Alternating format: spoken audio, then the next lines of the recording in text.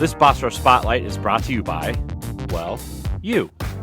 If you want to learn how to support the Boss Rush family of podcasts, head to bossrush.net or our Patreon at patreon.com/bossrushmedia. Thanks for helping us build something better.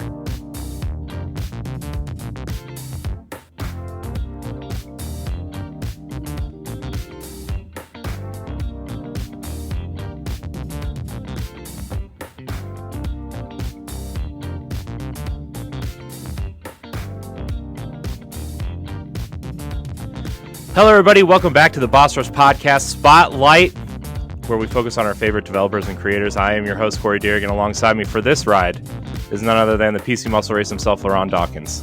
Hey, what's poppin'? LeRon, wearing that pink shirt again, I see. Oh, man, you know me. I got to rock the pink. I know. I got to rock it. I know. I'm wearing my, third black t-shirt of the week, so, On top of a white t-shirt. I am, yes. Yeah. You can see that outline. I know. It's a thing. I got to this point where I just gotta clean out my closet, man. There's just so many things in that closet that, I still have shirts from 20 years ago from midnight launches, and I have the Halo 3 midnight launch shirt folded in my closet, and the Mass Effect 2 shirt, and I just gotta clean it out, man. I just gotta clean it out.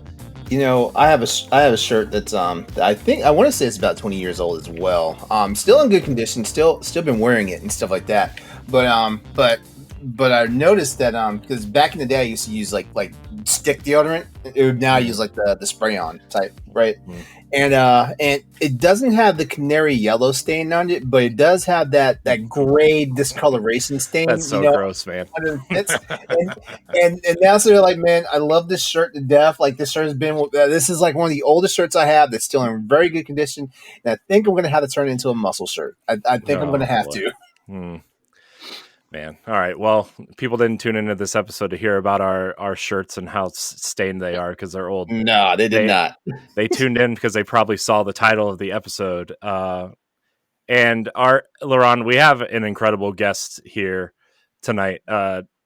He really needs no introduction, really, if you're into, games or RPGs in general, right? But we have the CEO and founder of Something Wicked Games, Jeff Gardiner, is here. Hello, Jeff. Welcome to the show. Thank you so much for having me on. I really, really appreciate it. No, thank you for always coming get embarrassed on when people talk about me. Man, I mean, well, I'm just as befuddled by my fortuitous circumstances as everyone else. I'm going to try my best not to make you blush all night long. I'm going to try my best. I'm gonna try my best not to freak out because I'm a huge fan of your resume, right? Producers on Elder Scrolls, Fallout, now you're working on another, what I am, based on your pedigree and the team you put together, a choice-based Western RPG. And Wyrdsong, we're going to get to that, right? Because that's the game you're working on now with Something Wicked Games. But you are just, man, you're the man. I think you're the reason I own an Xbox 360. At least 50% of the reason why I own one. So for people who don't know, tell us who you are, kind of a little bit where you came from, the elevator pitch of, your development history. Yep. Again, thank you so much for the introduction. It's nice to meet both of you. So I'm a tried and true geek through and through. I started on Dungeons and Dragons in the early 80s, just like the kids in Stranger Things. I watched it with my daughter and told her that was your dad. And sort of got a creative writing arts degree, ended up in Los Angeles to be a writer, went back to school, got a degree in tech, and sort of found myself, I was working at Vans, the sneaker company, on their website. And then I met a guy at a party who made video games, and I talked his ear off for 2 hours, cornered him. It's something that people do to me now, and I appreciate it. This guy gave me an opportunity I became a designer. I had a little studio called 7 Studios in Los Angeles. They're now defunct. I did a remake of Defender, was my very first game, early 2000s. Then I became lead designer on Fantastic Four, which was a movie tie-in around 2005. and actually got to play that game with Stan Lee, which was sort of amazing. I didn't even really realize how cool that was at the time. Oh my Ooh. gosh, that's Yeah, the incredible. first Oh game he my ever set, God. first time he ever held a controller was with me. Oh And wow. honestly, my design director, Charles Staples. So I'll tell you about Something Wicked Games in a minute. The design director of Something Wicked Games is my longtime 20-year friend, Charles Staples, who worked on that game with me. Anyway, and my business partner is the guy who got me my first job, Mark Morris. Anyway, I saw Todd Howard pitch Oblivion at E3, and I was like, I will do anything to work on this game at all. And so I did. I took a 35% pay cut. I went from a design director to a producer, moved 2,500 miles with my 15-month-old daughter and my 8-month pregnant now ex-wife, and worked on Oblivion and worked at Bethesda for 15 years. So my career trajectory there was I started as producer on Oblivion, and with my design knowledge, it put me. I produced the design department. That was my major job. So I produced the design department for Fallout 3 and Skyrim, and then became lead producer on Fallout 4, then project lead on Fallout 76, which is an odd title for the video games industry, but is actually the title that Todd Howard had on Morrowind that he gave to me for 76. I can tell you a lot of stories about 76. Super difficult. Ultimately, one of my most proud accomplishments, because we actually did the ZeniMax gave us the time to turn it around. And then after COVID, left and started about 6 months after I took some time to breathe, because those are a lot of games. Right. I founded Something Wicked Games. So that's like the quick pitch of my career history there. It's funny, and I know you said, you know, Fallout 76 was a challenge. The Destiny podcast that I have, we actually have a whole section of that Discord dedicated to Fallout 76 fans. You know, and I've always been like meaning to jump in, but like I already have like pretty much 2 games as a service right now, and you know, I kind of like the solo Fallout experience, to be honest, but I have downloaded. I actually downloaded it about a month ago. So my one friend, Bruce, is really into it. He's like, just run through it with me. I'm like, all right, we'll do it. We'll make some time. We'll do it. And then I got sucked back into Destiny because it's Destiny. a fun run, and I think that people keep playing that game because of all the building mechanics. I was really proud of the building. And how we supported that over time. We don't need to talk about it too long, but I really, that 76 was we had 3 years to put that out, and we got it out. And we spent the next year and a half sort of flailing, trying to fix it. And finally Wastelanders and subsequent DLC really, really patched it up, and super proud of that game and that team. Yeah. I mean, any game as a service is hard to launch, I think, right? I mean, Destiny saw it. The Division 1 saw it, you know, Anthem. I mean, look at Anthem, right? I mean, Grand Theft Auto, the yeah, multiplayer, all of them. Yeah. Almost all of them come out.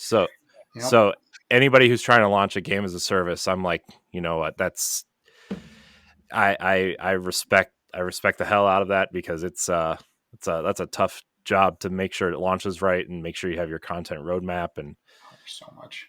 Yeah. I learned a lot. It was a great learning experience. Yeah. So as most painful things are. Yeah. True. Yeah. So I want to go back, because my first actually kind of realm in the I guess Western RPG is what they're calling them now, WRPGs, was Morrowind. And you know, I mean, I was a Dreamcast kid, so I was playing all these arcade games, and you know, Genesis. I mean, you can only play Phantasy Star for so long, so like I wasn't really that familiar with this type of RPG. You know, my PC gaming roots were like, you know, Marathon and Roller Coaster Tycoon, right? Those were like the games that I played. So I didn't really have a lot of you know, experience with those types of games, and so I played Morrowind. I liked it.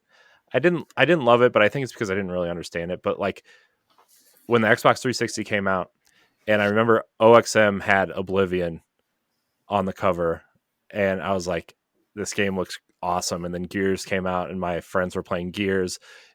And when I was in college, like my friends, they were twins, and they each had an Xbox 360, and one of them was playing Gears and one of them was playing Oblivion. And I'm like, I gotta have these games, you know? and so I ended up having both those games and the Burger King games, like we were kind of talking before we started recording. The only games I had until Halo 3 came out were Gears of War and Oblivion and the dumb Burger King games because they were $4 a piece. So God, I remember those. That's a funny callback. Yeah. yeah, man. Good thing you didn't put the king in Oblivion. That would have been fantastic. Oh my God. Man. So what was it like working on your first project at Bethesda? You said you took the pay cut and moved all the way across the country to do this. Like what was it like for you kind of stepping in there and kind of realizing where you were at the time? Um, you know, it, oof, I'd be, I have some funny stories, but they might not go over well with some people who still work there. Well, when I started working there, it was whatever. It's true, and there's no harm. So when I started working, the entire ZeniMax organization was 75 people. BGS was about 50 of those, right?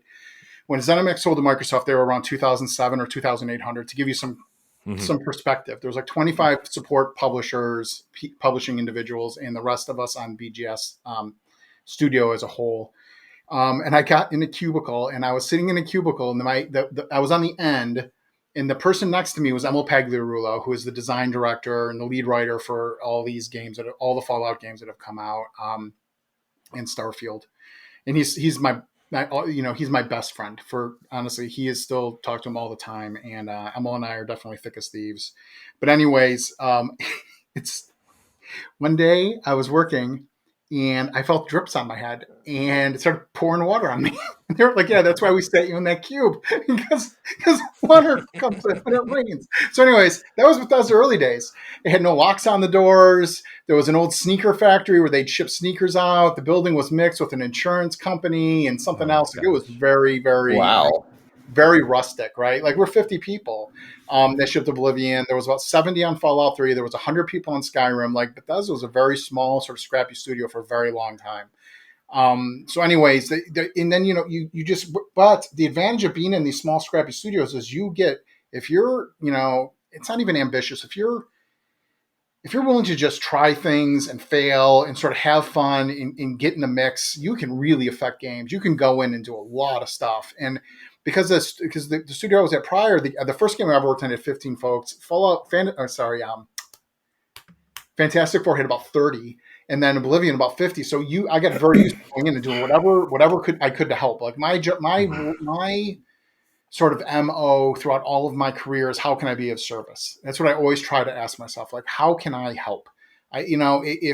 When I find, and I'm not perfect at this, there are times I make it about me and there's times I'm looking for things. I'm not saying I'm not, but generally my default position is, how can I be of service? And once you have that mindset, it's amazing the opportunities that open up to you and the things you can do in a game. So I sat down, started playing Oblivion, and I was very new. I had never produced. I had no idea what production was like. I had been on the receiving end of production, which people on the receiving end of production are never very happy with producers, right? So I started playing the game and making tons of notes. And lo and behold, they were fixing all the things I was telling them they should fix, right? And so that's when I think that they didn't really know where I was going to fit in. That's when I really think they put me in the design department. And I worked on, and Fallout 3 was amazing. A lot of people still cite that it's like one of their favorite games out of Bethesda. And we, like, remember, that's our first game we had gunplay. It's the first time, like, the combat in Oblivion was literally a raycast that basically randomly decided if you hit something or not. There was no actual physics to it. And so Fallout 3 was amazing because we got to, again, like, just how can I help? What can we do? And, anyways, that's been sort of my MO at Bethesda, and now with my new studio too. Like, I just want to be of service and help the people around me succeed because, we all share in that success, right? And I think that's sort of the magic sauce that one would really need to be successful in this industry, because it can get really hard. There's a lot of hours and there's a lot of hard decisions. And oftentimes there's not good decisions. You have to choose between the two I call it the least bad decision. That's a lot of the least bad. Yeah. What's the least bad decision today? And listen, because you're faced with these design conundrums constantly, production conundrums constantly. Like, we can't do everything. What are we going to cut? What are we going to, not do? full tilt. I don't want to say half-ass, but what are we going to like not put as much attention on? And it's a constant sort of, you have to really hone your gut and your instincts. And the more you are of service to other people, the more they'll help you, and then you'll succeed. So anyways, sorry to get philosophical on you. Oh no, Oh no! this Oh is no! No! great. No! No! No! Yeah. Yeah. Digging it.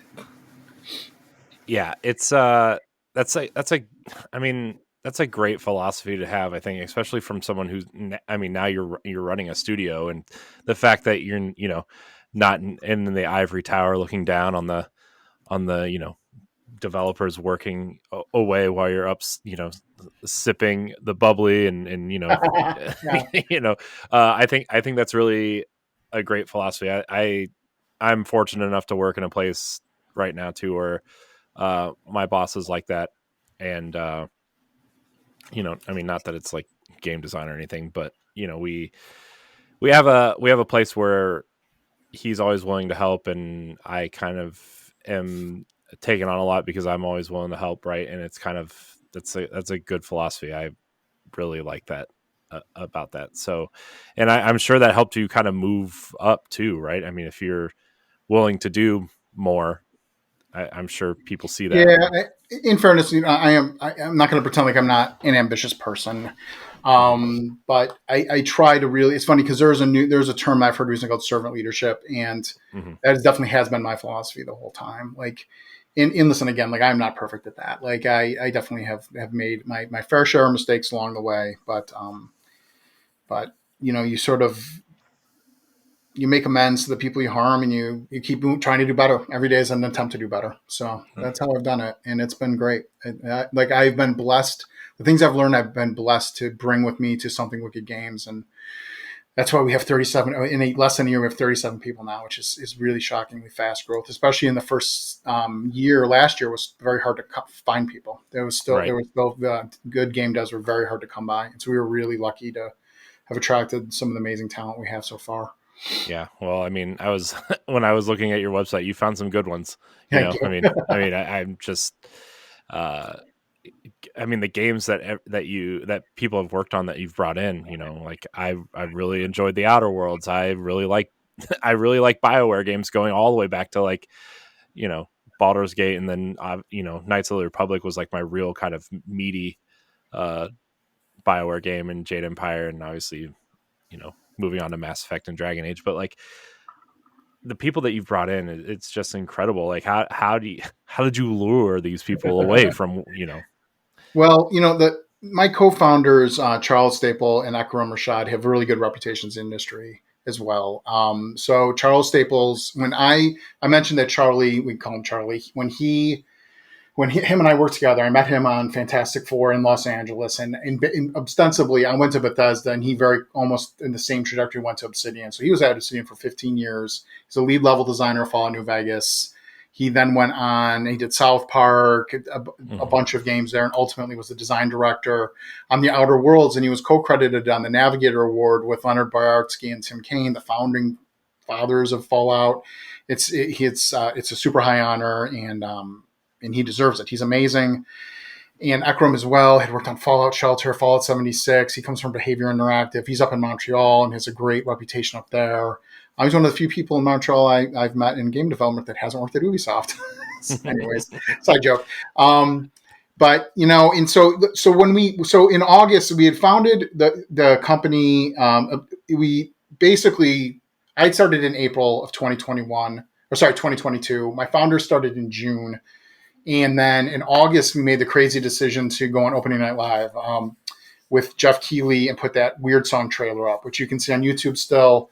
And it was a decision because, listen, these are big games, and this game is not coming out tomorrow. But we did it because I wanted to sort of plant our flag in what we were making, and I wanted to attract industry talent, and it worked. I mean, there's something very lucky. Again, I try to be always grateful about these things, but very lucky that trailer spoke to a lot of game devs, and that's really what they all cite.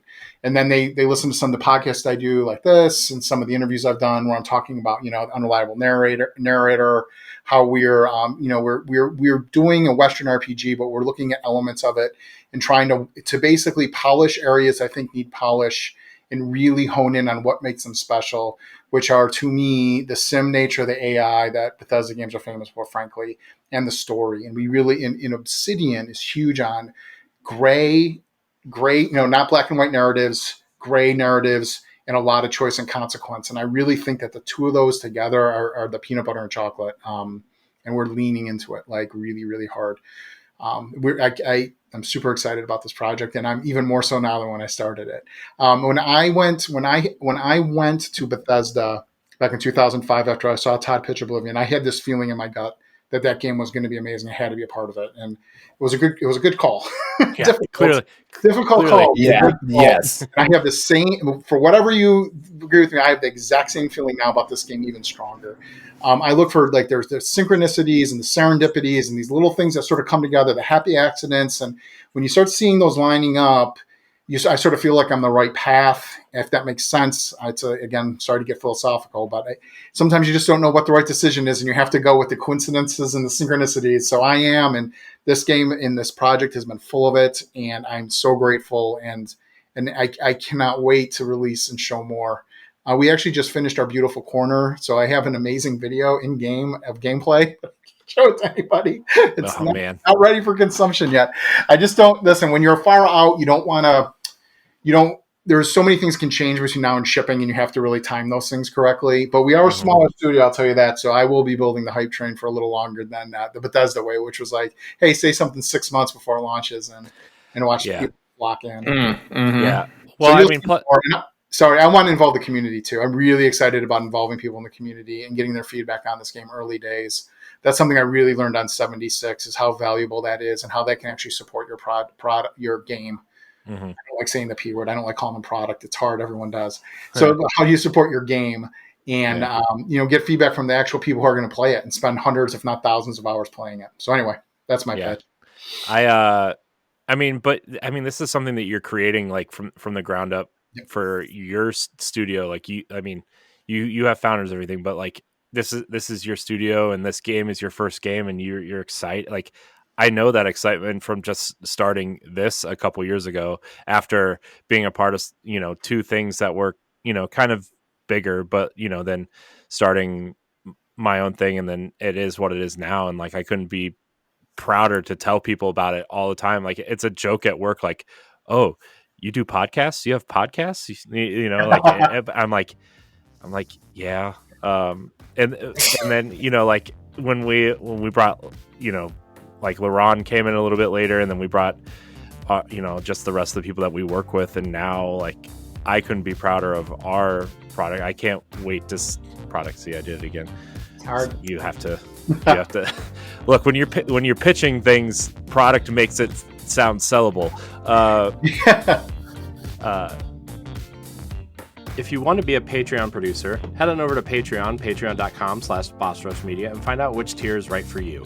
Our Patreon producers at the $5 tier or higher for this month are Adriel Munger, Austin Campbell, Celeste Roberts, Christian S., Sana Dierig, Francisco Santillan, and Rebecca Jewell. Thank you for your continued support. But you making a game, that's something I've always like wanted to do, was make a game. And the fact that, like, not only do you have this impressive resume, but now you're taking what you learned at Bethesda to make your own thing, and it's really exciting. And that the trailer is so cool. My favorite part is when like the moon is eclipsing and like when it's, and then like the sun turns around and it turns into an eye, and you just see the dark figure. Oh, it's so good. Yeah, I am like, that is crazy. Yeah, and so you know what? I know a lot of people get mad when people announce their games quote unquote too early, but like, why not? And especially for your first project, you got, and like you said, the community is important, and you want to know what the community kind of wants. And I'll tell you, flipping between first and third person is a great feature. Just throw that one. I'll say this as an add-on to what you were saying just now, Corey. I don't mind when like stuff is announced too early.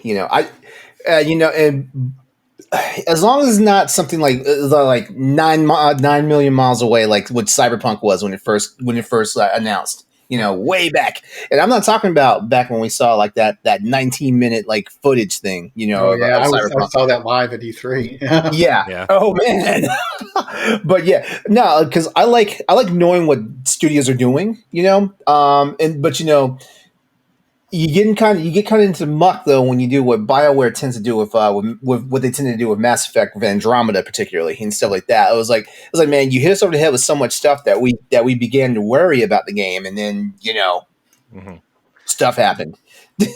Yeah, I also The think exact that's exact argument I would make. Like there's a time. Listen, it depends. Your timing for announcing a game depends on the studio in your marketing capabilities, right? Like, again, I'm a smaller studio. I'm very small, like compared to the studios you just mentioned. I'm a blip on the radar. So I need to make a lot of noise where they can make very little noise, but they're huge studios, and anything they put out a logo and people go crazy, right? Like, Yeah. so like, and we need to do more. And like I said, I needed to do more to have for folks in the industry, right? Like in what now that we've really got the ground floor of the studio really built out, and we continue to grow, we'll be able to release more because we've done so much in the last year. I mean, we have a lot of professional people who work really fast, and we're looking for the smart, scrappy individuals who are self-motivated, and we've got 37 of them, and they're just every day is a new adventure and amazingness. Honestly, it's our art Slack channel is amazing. Yeah, that's as is our narrative, frankly, too. We've done a ton of writing, a ton of writing. Yeah. Yeah, so the Gamescom interview you did with IGN, you said you didn't really have like quite the plan yet, but you knew what you kind of were aiming for. Have you kind of focused that in? Do you know what you're doing with that now? We have the full scope and schedule of the project. Another area that obviously near and dear to my heart is to making sure that all this stuff fits in the bag we're given. And, we've, our production director, she worked on Fallout New Vegas as well, Tess Taplin. And she actually, when we got her, she was at Respawn. So she's super professional and, in very, very intelligent and able to help devs again find the best way to do things in a holistic and smart way. Anyway, yeah, we have the original seed vision of the game is now very fleshed out. It's still mostly paper dockland. We are building a lot of tech behind the scenes. Unreal does something super well, and some things it doesn't do, just because they make Unreal Engine really for Fortnite. And so you sort of anything else on top of that, you sort of have to either modify or add on. So we've done a lot of that initial groundwork as well.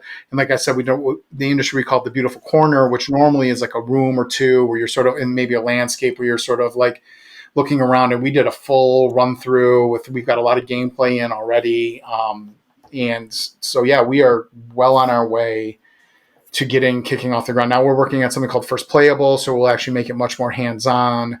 So you can actually start tuning the mechanics of the game, making sure that the character control and camera are all the 3 C's, which, as everyone will say, are very solid, as well as some of the gameplay elements you're familiar with, questing and conversations, itemization, all the things, the paper doll aspects of the character. We're doing all that. We're working very heavily on the AI too, because that's a big part of games. I think the biggest differentiator between like a Bethesda open world game and other open world games is oftentimes, to me, it's the AI and the sim nature of the game. So we are going to replicate that as best as possible and make our own decisions there. But and we're well on our way. We're definitely we're fully like we are actually slowing down hiring right now to make sure we have the right people focused on the right stuff. Because hiring is a big distraction. Oh man! Oh man! I can go on and on. I mean, I'm not going to stop. I'm going to admit to something. I'm so used to like someone's going to yell at me. Someone's going to tell me I talk too much. I was like, wait a minute, no, I'm the CEO. I can say what I want. No one in Bethesda marketing is going to tap me on the shoulder saying, "Going like this. Stop talking." I mean, yeah, that'd be funny if like Pete Hines just knocked on your door and was like, "Yeah, shut up." I am a very good friend with Pete. I had a big milestone birthday this summer, and he's coming, so that's great. That's awesome. Yeah, That's I'm great, very yeah, impressed with man. all the folks at Bethesda. Still, I miss that studio quite a bit. It was a very hard decision to depart there. Yeah. It was the right decision for me, but it was a very difficult decision. I put a lot of sweat equity and 15 years of blood, sweat, and tears into that place. Yeah. I mean, that's always hard when you're somewhere for such a long time. We were, Yeah, uh, well, at the time of this recording yesterday, we were talking to Way Forward, and their game directors have been there for 15 and 19 years that's crazy. respectively. And, you know, Mm-hmm. they said that, you know, longevity is kind of like why they feel like the quality is there, you know, and, No, I uh, would 100% agree that having a team work on something over and over again is a really big secret to success. mhm, Um, because because shipping games is not only about technical ability, it's a lot about personality too. And mhm, so I saw Steven Spielberg do a talk once after this. He did this movie. I don't know if I remember. It's called AI years ago. mhm, And he spoke and he talked about how he uses the same composer, the same director of photography, all the same people on most of his movies because it makes for a smoother experience and you know what you're going to get from them, right? And so I thought it was very insightful, and that's what I've always felt that way about the Bethesda too. There are people there that have been there over 25. I think one person is like almost 30 years from like really old days. Like some of them come from Arena, right? So yeah, they're still there. man, that's a long time. So, I mean, if this Time to is, retire. yeah. Uh, so I mean, I don't know if you really want to answer this question, and you don't have to if you don't want to. But I mean, what was the decision to leave? Just you wanted to start something new. You wanted to, you know, kind of. There's a combination of factors. So COVID gives you a lot of time to reflect, right? It's so like so in COVID. So I always had this dream of my retirement, and no surprise to anybody, it was playing a lot of games, right? And in COVID, oh boy, I had untold, unfettered hours and hours of gameplay. And for me, listen, I still play a ton of games. I was mentioning before this, I had to get sucked. You guys pulled me away from Diablo 4. Um, but there was something where I knew I did that was not a great idea. Not that I was ready to retire, but I was like, this is not. I want to keep working, but I want to keep working. I have ideas for games, and I want to create. You know, one of the ideas was create a baby. So COVID gave me a lot of time to reflect. The Microsoft acquisition I thought was a good time to go. I had 15 years there. I got a sabbatical. I took a month off and I was like, now it's time to go. So I talked to Todd and I departed. And then I was looking for a number of things in the first 4 to 6 months. One was to do this, start a studio. I interviewed at for some very high level positions at other game studios. And I also considered consulting. Um, and ultimately, I was sort of pushing on all three. This was always the one I was really hoping would get off the ground. And I put a pitch deck together. I think I was on the 30th iteration of my deck before I went live with it, believe it or not. I found a concept artist, which was one of the hardest things in COVID. I got this gentleman. His name's Chris Cold. He's amazing. His art is what you see in the trailer, Mhm. and he still works with us. He was like employee number one, and he gave me the concept art, and we pitched it and got funding, and it was sort of the rocket ship took off from there. And Damn. in hindsight, it's been the best. It was really the best decision I ever made. But I was fortunate enough to have, a cushion financially, Right. experience in the industry, both as a creative and as a bean counter producer. Mhm. And again, like good relationships with people that were willing to jump ship and come with me from various studios across the globe, really. Yeah. Um, and it was a combination of those things that have made this reality. Yeah. I uh I always wonder, like, especially like when the Microsoft acquisition happened, like how many people were like, "Oh, it's Microsoft. They're, you know, this big corporate entity coming in." And then, I mean, I know like Xbox tries to treat themselves different, and I'm as as the Xbox guy on this team, you know, I I look forward to the direction that they're moving, but you know, I feel like that would have been the time where most people would have made that decision of I'm going to stay and work on these games, or I'm going to go and do my own thing. And uh, I'm I'm kind of glad you did that, because this is, I mean, this weird song is. You want to tell us a little bit about Weird Song? I don't want to like repeat what what I heard on the in the interview, but I want you to kind of talk about it, Sure, because sure. it's the concept is so cool. I was telling my wife about it. She's like, "Whoa, that sounds cool," and she she doesn't play games. She's like, what's this? So Wyrdsong is a real love child. And, you know, again, in COVID, and as I started this, and one of my big partners doing this has been my wife, Jessica. And so her and I talked a lot about the what to do. And she actually helped me quite a bit, both creatively and convincing me, one, to do this venture, by the way. She's my biggest believer. And two, what the game shape was going to take. So she's got a lot of really neat. She plays a lot of role-playing games, and particularly our games. She's a big fan of Don't Starve and Valheim Builders too. And so we talked about it, and I was in Fallout for 10 straight years. So it's like, it cannot be post-apocalyptic. I cannot do another minute in there.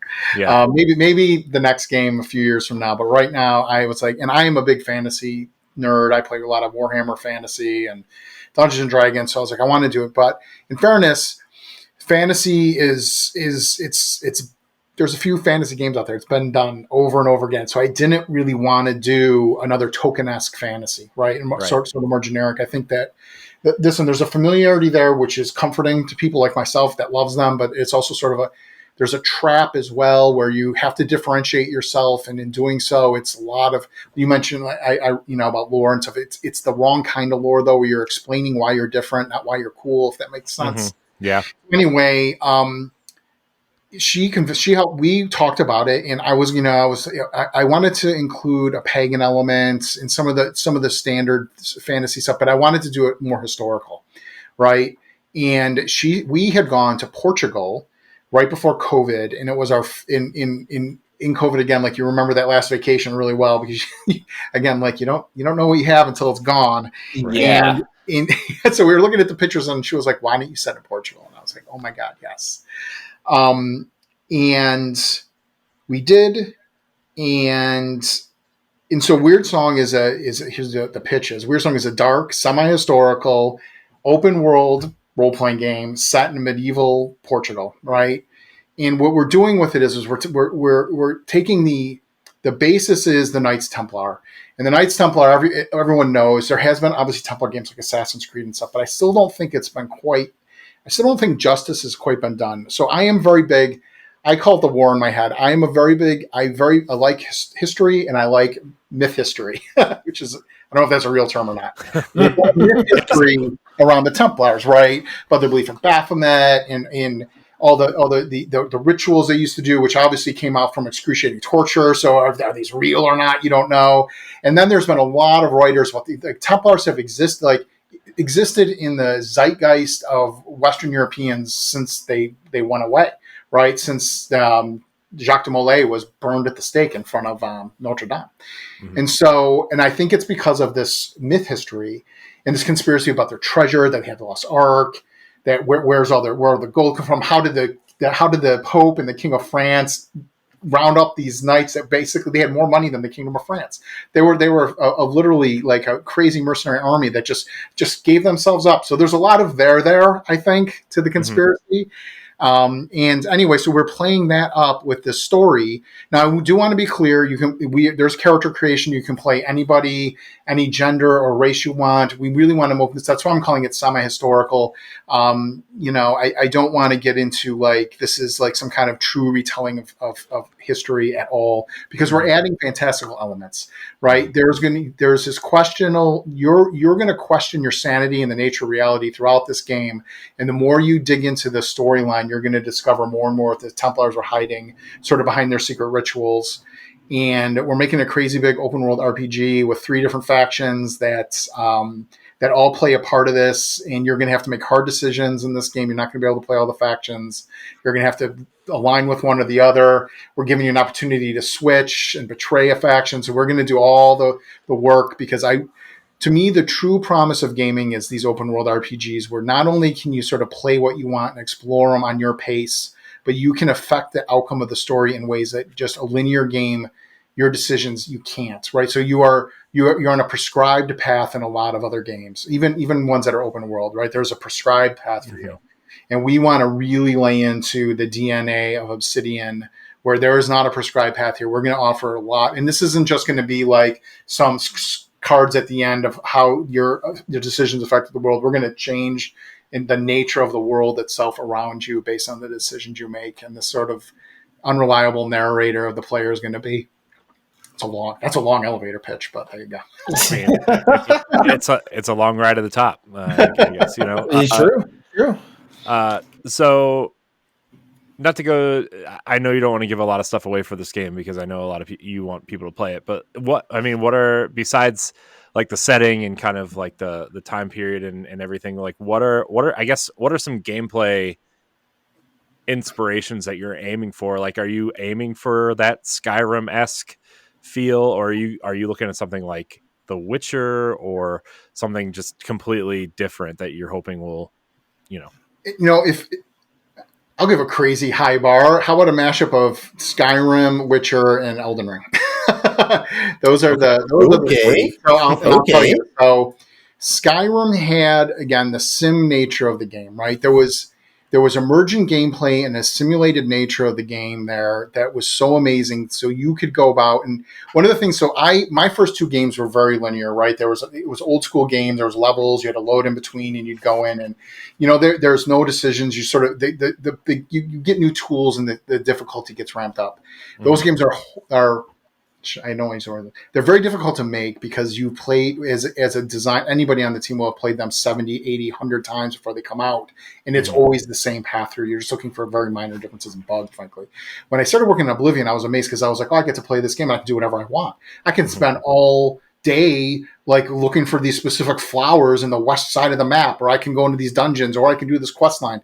And so I want to explore that nature of the open world Skyrim Bethesda games. So the Witcher and Obsidian games in particular, I thought the stories were very good. Not that the stories in Skyrim and Fallout aren't amazing, but they really paid a lot of attention to the decisions and details within those stories. Mm-hmm. And the Witcher combat, I thought, was also a step up, not quite level of Elden Ring, but still, like there was a lot of Witcher really refined and polished elements of the open world game in the proper way. I thought I've been a Witcher fan since the first one. I am a huge fan of everyone there. I've been lucky to meet a few of them now in person, and I couldn't say speak highly enough of CD Projekt Red. Next, Elden Ring. I thought Elden Ring, the exploration and the environmental stories. Bethesda does a great job with this too, but the exploration in Elden Ring was top notch. So every time you went to a zone or an area, you were discovering things and in tools and things you can do in your arsenal that you then took back into other zones. And so my favorite story is I got stuck at one of the bosses and I was like, okay, I guess I need to grind, right? And I was like, here we go. I'm gonna have to just kill monsters over and over again, try to get levels to sort of beat this. And when I went back to the zones I had thought I had finished, I realized that I didn't see a quarter of them. Literally, some of them I went through 4 times and was still discovering new things. Like just the angle you walk through a forest, you see different things that you couldn't have seen when you go the other direction. Mm-hmm. So anyway, so those are the mashup of the big inspirations for me on this game. If I can come halfway to any of them, I'll be happy. So Stephanie has invaded my computer. She's usually the one that crashes when she's on. I'm going to count us down and I'll kind of reintroduce my thought. So 3, 2, 1. Yeah, when I saw the trailer for the first time, I my first thought was Elden Ring and like that, not necessarily how difficult it was, but or necessarily even the world, but like the combat kind of, the having a mix of ranged and maybe melee or even, something in between. Like that's kind of where my mind went. And that's as much as I'm not like a soulsy person, like I kind of imagined it being almost like a more agile kind of Elden Ring, Dark Souls-esque. I guess that would be Bloodborne at this point, but that's kind of where my head went at first. So you kind of comparing it to that, or kind of wanting maybe something close to that is kind of cool. Are you gonna? Oh, go ahead. Sorry. No, the combat more so in Elden Ring. In fairness, the sense of exploration and the lack of handholding. This is like the last point I was going to make, and I've read some articles on this that I picked up on it too, because Zelda has a lack of hand holding, and Elden Ring has a lack of hand holding, and I love open world games, and I never like dissing on other people's games. So being vague, I don't like when I get to a zone and have a little checkbox list of things to accomplish in order to feel like I finished the zone. I like to discover those things. And Yeah. if I want to finish the zone, yes, I have to go online and look at guides and stuff, but it's more about my organic sense of progression of the zone, because it allows me to revisit them and discover new things. But when I have a checklist of stuff to do, plus I don't know, I call it gamer OCD. So I've just been trained by 30 years of video games where you want to do everything, because when you get to the next zone, if you missed one acorn and you don't have the right number of hearts, and Zelda is not guilty of this, but I'm using that as an example, you won't be successful in the next zone, or it'll be harder for you. And so there's a lot of games I play where I get like 3/4 of the way through them, and I'm like so burned out because I've done every single little side thing to maximize my power in the game. And in Elden Ring, you don't know until you get your ass kicked, and then you go back and it's a joyful discovery instead of a sort of like a drudgery, or like a chores. It feels like chores to me. I'm like, oh, I get to do my video game chores tonight, and that is not something I don't think any designer wants a player to feel. Like, Yeah. my game is a list of chores.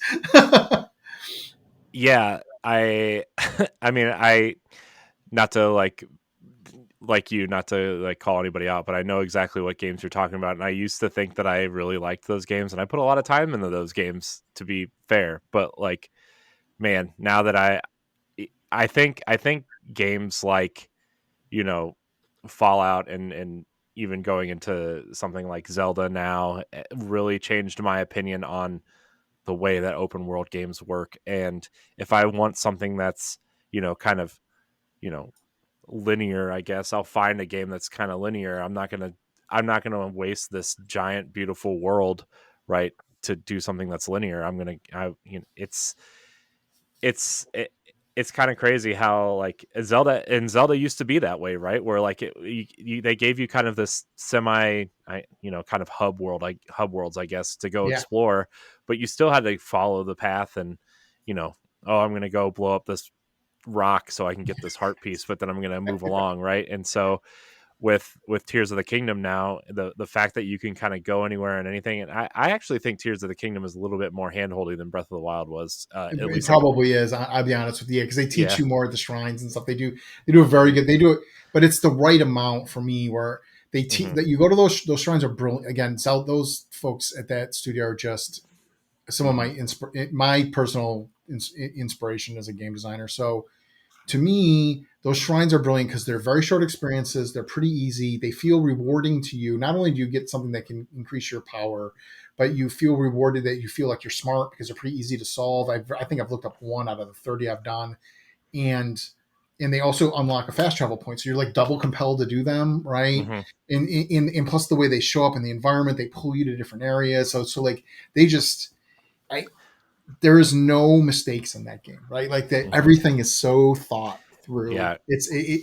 Those games have always been love letters to games design to me, and this one in particular also, like, just a love letter to great game design. It's amazing time to be a, like, one of my jokes is like the geeks have won. Like, we have won. Like, Mm-hmm. the nerds, whatever you want to call it, like the things that we were, again, like I was in the 70s, D&D was not cool. Like, video games were definitely not cool. They were for a very little bit of time when you would go to the arcade, but after that they weren't. So, but now we've won. Like, it's like, and to see this art form, this video game art form, continue to grow and change and be a part of that from any aspect, as a fan, as a creator, as a journalist, is amazing. To me, it's just such a privilege, honestly. Like, it really is. Because we like video games. Like, I remember the debates when I started. My father was very upset that I left my good web design job to get into video games. He was very angry, right? And then I was like, do you know, like, and this is when video games have now like 100x what they were making. They're like everything. So that's bigger than movie releases and sports combined, or music or something. It's huge. They're crazy. Yeah. So anyway, I just love it. I love being a part of this, whatever small part I've played in it. It's been a real privilege. Well, I would say the part you played is not small on these games. I know that you seem like a humble guy, but I mean, I think LeRon would agree with me that you played a major role in how, I was telling my wife again, I know she doesn't care, but she's the only person I talk to outside of, these podcasts that will listen to me and put up with the things that I say. I'm like, you don't understand who this guy is. He's worked on these games that like pretty much any world that you explore that's big and open, he's had some sort of hand in. And like these aren't Yeah. just small games either. These are like, award-winning giant RPGs. And I'm like sitting there like being like stressed and anxious. I'm like, what am I going to say to this guy? I'm like, this is one of the coolest things that I've, personally I've ever been able to do. And, LeRon sitting in, I'm sure agrees. It's Yeah, you shaped a lot. You shaped a lot of people's like gaming DNA. Like, you did. believe me. Yeah. It's a true honor. I am as big a fan of those games as everyone else. Yeah. And Wyrdsong, I hope is the next big thing. Uh, because I think the setting sounds awesome. I think I always like the alternate history aspects of things too, right? Yeah. Like, not really the same type of game at all, but like the Wolfenstein games are some of my favorite kind of alternate Oh, histories. those games are amazing. I know Machine Yeah, Games is I like incredible. having fun with this stuff. Making sure it's like I said, it's inclusive. Everyone can come in and feel like they have a role or a piece of this game. And I again, like I feel like it's again like we are not reinventing the wheel. I didn't want to like there's a lot of pitfalls you can hit when you're starting a new studio, and I'm already taking on a big game, which is something people warn you about. But what I wasn't going to do is like I love like turn-based tactical games, right? But I'm a fan of these. I don't know how to make them, right? So I think Mm-hmm. I know a lot about them. I play them endlessly, Mm-hmm. but I wouldn't want to do that. So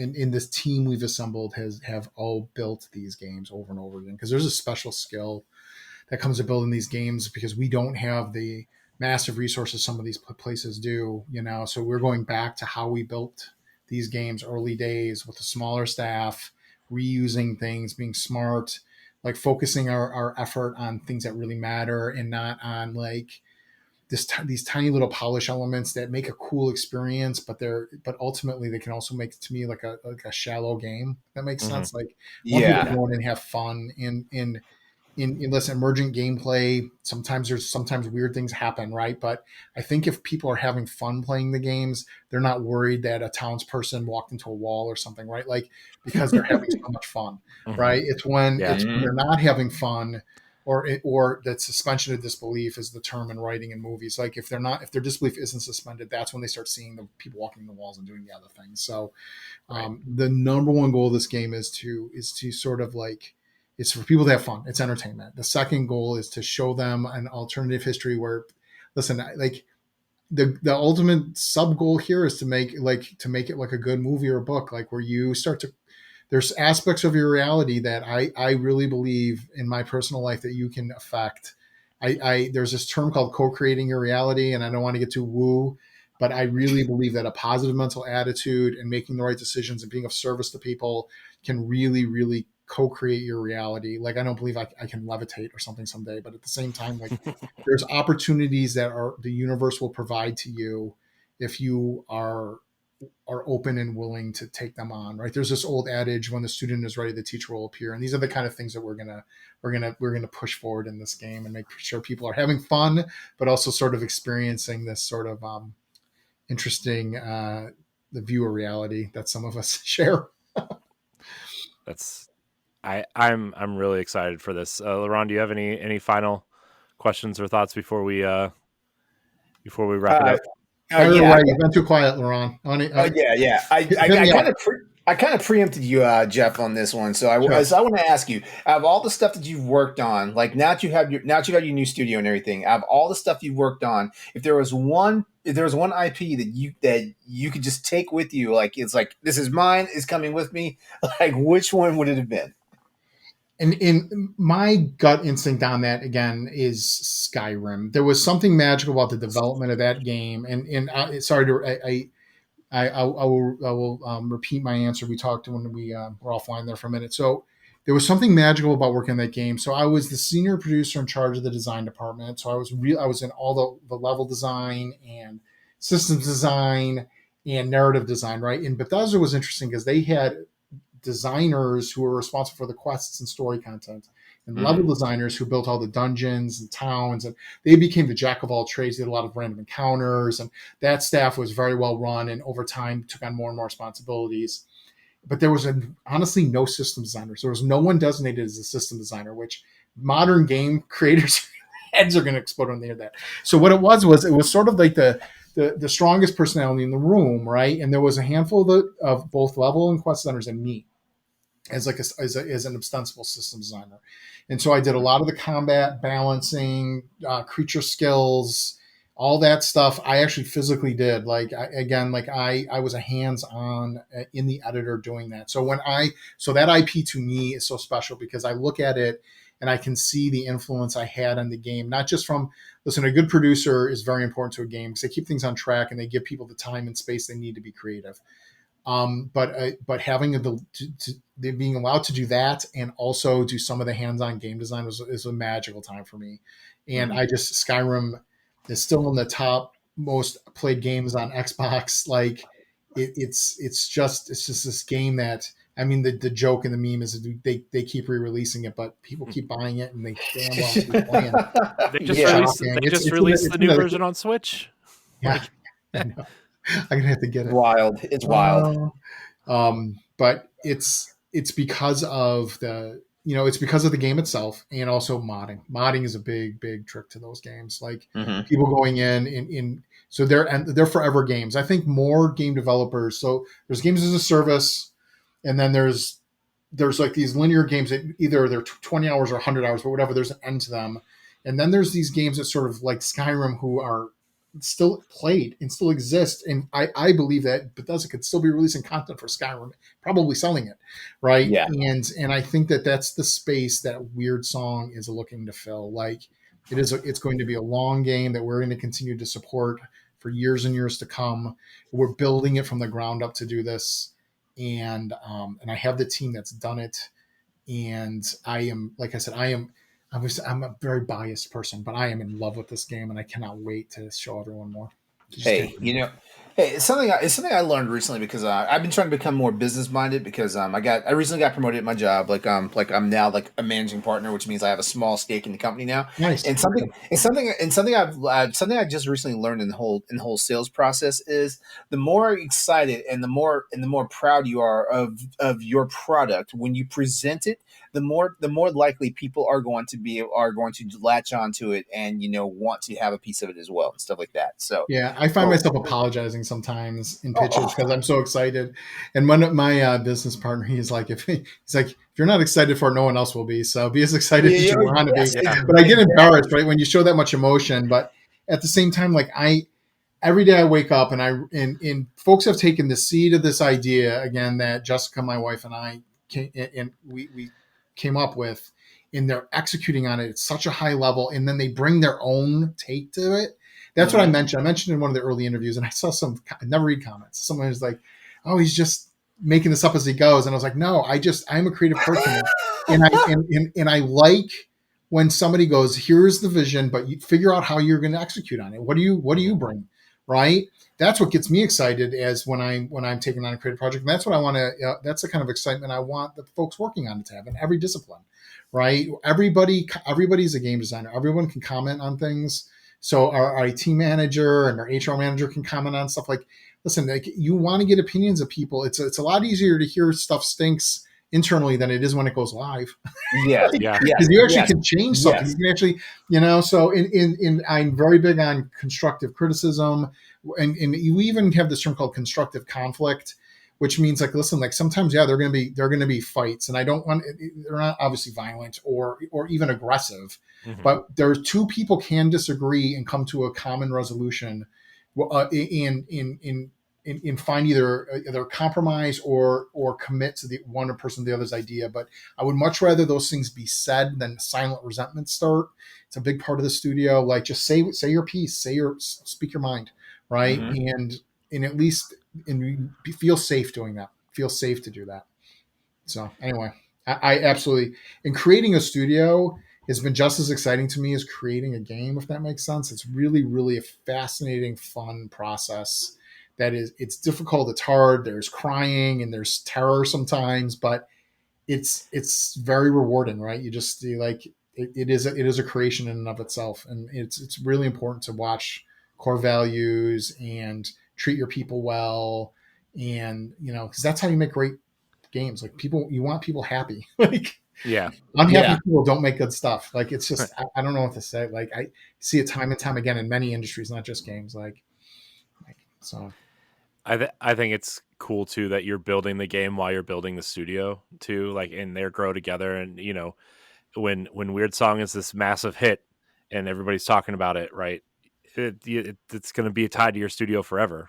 Yep. That's Uh-huh. that's Yeah. exciting. So, one, so two more questions. One kind Sure. of serious and one kind of silly, I guess. So you said you're kind of building this as like something you're planning on building upon. So would that be like, I mean, obviously super early, whatever, but does that mean like, so you take Borderlands, for example, you're going to pack on expansions to it, or are you planning on like, here's like a Mass Effect style trilogy where like, you have this world and your consequences may affect the next game, or have you not even gotten that far yet because you're so I haven't focused on? gotten that far as the massive thing, though I love that they did that. And you saw Zelda did that with horses. Like a lot of games Yeah. have not. Witcher did that too. Like you can Uh-huh. import decisions. I think that's great. So yeah, if we're lucky enough to make Wyrdsong 2, then I would absolutely take some of those decisions and bring them. And I think it'd be crazy not to. The goal of listen, like when you make a game, you got to look, and you make a studio, you have to make sure you have work for everybody past the launch, right? And so part of this is part of the vision is to continue to support this game for as long as we can through both free and paid expansions, for sure. We plan on putting out stuff that we can, when we can, we'll put out stuff that we won't charge people for just because they're having fun, patches, updates, new content as well. And then on a cadence we will decide on, and I'm getting way far ahead of myself. Someone's going to play this interview back into my face someday. But the goal, again, these are the goals and the wishes. And the wish and the goal is, yeah, some of the content will be paid because, again, like, we need to, all of us, we have families and lives and things we need to support. So yeah, there will be, and we're going to come up with a cadence of release for this game to keep it vibrant and alive. And we're building the game from the ground up to be extensible into the future. That goes for the landmass, the character systems, the story. We're building the whole game with this idea that it's the beginning of the game, and we're going to continue to build on it. It's funny. I read a review or listened to a review of. No one reads anymore. I listened to a review of Diablo, and they mentioned that the story felt like it was not finished. I was like, probably not, because I'm assuming they're looking at Diablo like it's a 10-year game. Right. And they're going to continue to add on something. And I wish they did that to Diablo 3. So yes, please, Blizzard, continue to do that. Like, I have no problem personally supporting games I love. Like if I'm playing it hundreds of hours and I'm loving it, and it's a reasonably priced expansion, of course I would pay for it. Like, I don't know. Again, like, I'm biased, but yeah. Have you decided what platforms you're aiming for? We want this game in its very early days. Like, we still don't have a publishing partner yet. So, but our goal is, all things being equal, my goal is to put it out on everything, all platforms. I want it in as many hands as possible, because I feel like that's great for gamers. It's great for us, and that's what every product I've shipped has shipped on every platform since my first game. I shipped a GameCube game, for God's sakes. So there you go. Two. I love my GameCube. All right, and then our one friend who listens, Deshaun Malone, messaged me. He DM'd me. He said, "Make sure you ask him how much cheese you can stuff in a building." I'm like, okay. Because one of my favorite quotes is from Divinity 2, or 1. Nobody has as many friends as the man with many cheeses. So yeah. There you go. I said that at a party one night, and everyone looked at me like I had 6 heads. Oh man, this was Jeff. This was an awesome time. Thank Yes. you. Well, I had a You great time. Thank you. Yeah, thank you for taking the time out of your, obviously busy schedule with this game in the studio and Diablo. Like this is incredible. You wanna tell people where they can find you and more information on the game and Sure. So we have our websites, www.somethingwickedgames.com. It has has about us, some concept art that we have, some updates. I do update it quarterly, I promise. We just put an update about our team trip. We went to Santa Fe, New Mexico, and went to a place called Meow Wolf and some other really cool Native American sites, which was amazing. And so somethingwickedgames.com, and then the Twitter handle for the studio is at Some Wicked Games. I couldn't get something, so it's at Some Wicked Games. My personal Twitter handle is at JG93. I was an early adopter. I got a 4-character Twitter handle. nice. And at Wyrdsong exists too, but we're not really updating that as much. So you can also go at Wyrdsong. We're also on YouTube, Facebook, LinkedIn. You can find us anywhere. Just search Something Wicked Games. Yeah, I'll put links in the show notes as well. Oh, great. To everything, so people can just one-click it if they're listening or whatever. Jeff Gardiner, CEO of Something Wicked Games, thank you so much for joining us. This was a blast. You can find this episode and more on bossrush.net. You can find all of our content there as well. You'll be able to find this episode on podcast services, on YouTube, and on our Patreon 1 week early. I want to thank everybody for watching and or listening. And until next time, we love you. Goodbye. So long. The Boss Rush Podcast is a product of Boss Rush Media, LLC, and is recorded from our headquarters in Akron, Ohio. This show is produced, written, and directed by me, Corey Deering. My co-hosts are Stephanie Klimov, LeRon Dawkins, and Edward Varnell. You can find Stephanie at Klimov_author on Twitter and Instagram, as well as on the EXPcast. You can find LeRon at Exodus803 on Twitter, Instagram, Twitch, and YouTube, and also on Crossroads, the video game podcast. You can find Edward at ThatRetroCode on Twitter and Instagram, as well as hosting Nintendo Outlaw. You can follow me on Twitter and Instagram at IamCoreyInHD, and find me hosting Tower Casuals, the Destiny podcast, and co-hosting Nintendo Outlaw. Find the Boss Rush Podcast on all social media platforms at Boss Rush Podcast. You can also follow Boss Rush Media and the Boss Rush Network on all major social media platforms. Join the Boss Rush Network Discord and Facebook groups to interact with other friends and fans. Thanks for listening, and we'll see you next time.